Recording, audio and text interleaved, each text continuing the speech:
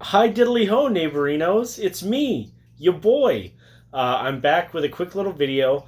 I just wanted to show you guys what I've done with my movie room. I don't know if I've ever done like a full proper room tour of my bitch ass room, but I would love to show it to you guys. I'm really stoked on what I've done. So check this. You got the famous movie shelf. Um, oh shit, all up in there. We got stuff on the top shelf. I don't know if you guys have ever seen this.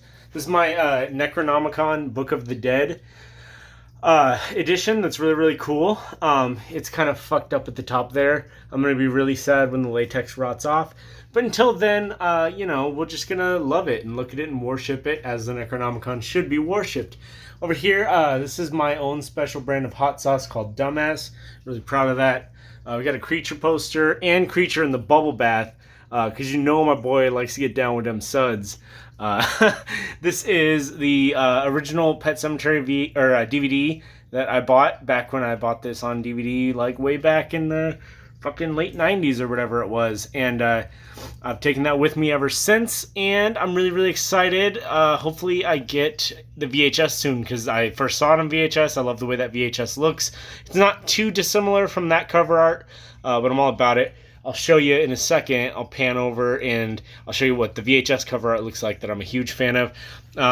That's Barf Soda. My wife and I bought that on our honeymoon. Not our honeymoon, what the fuck? Like one of our first dates, we went to a store. And I was like, look, Barf Soda, let's try it. So that's kind of cool. Nostalgic. This is a Godzilla pizza cutter.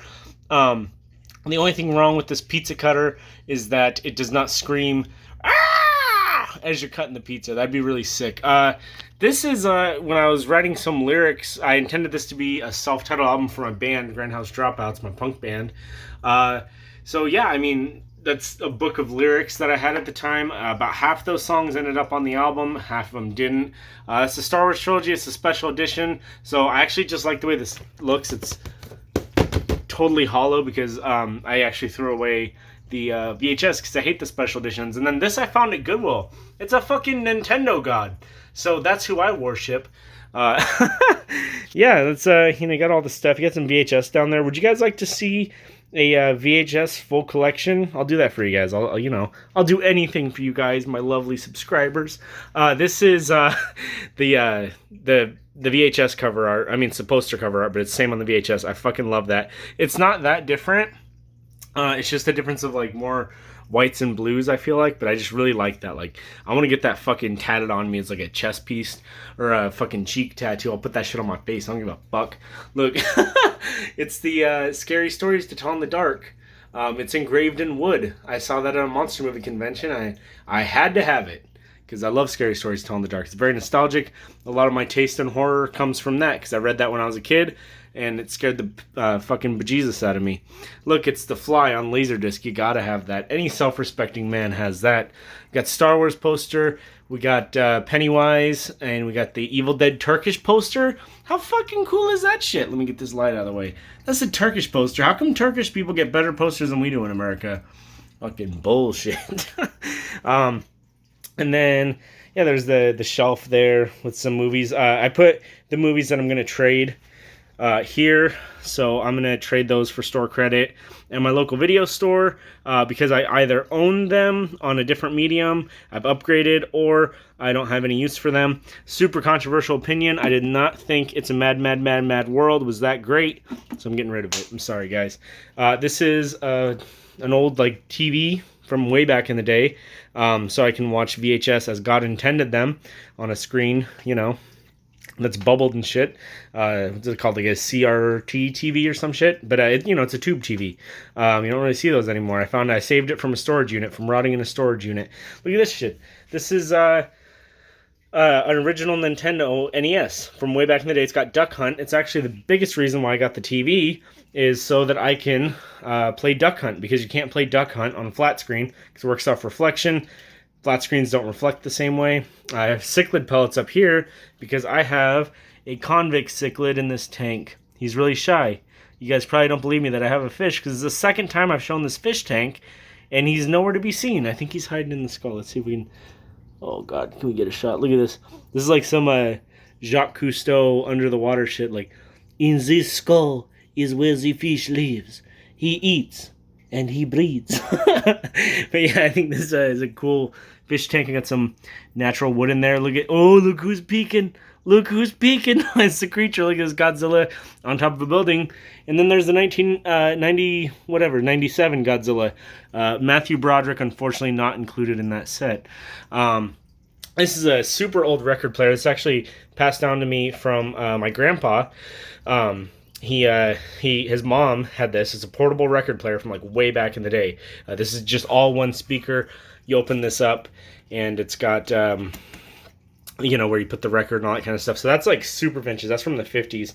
This whole area is just kind of like stuff that my grandpa had that reminds me of him. He passed on. So this is kind of like my little, section dedicated to him. You got to have stuff like that. Remember the good times.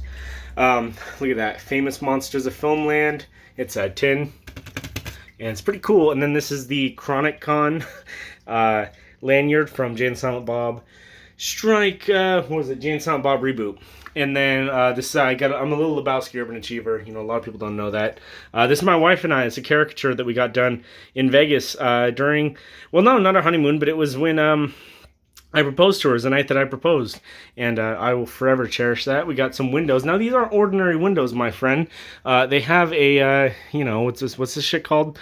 It's dressing. What is it? I don't know what the fuck these are called. It's that cloth you put over a window. I don't give a shit. But look, little Easter egg.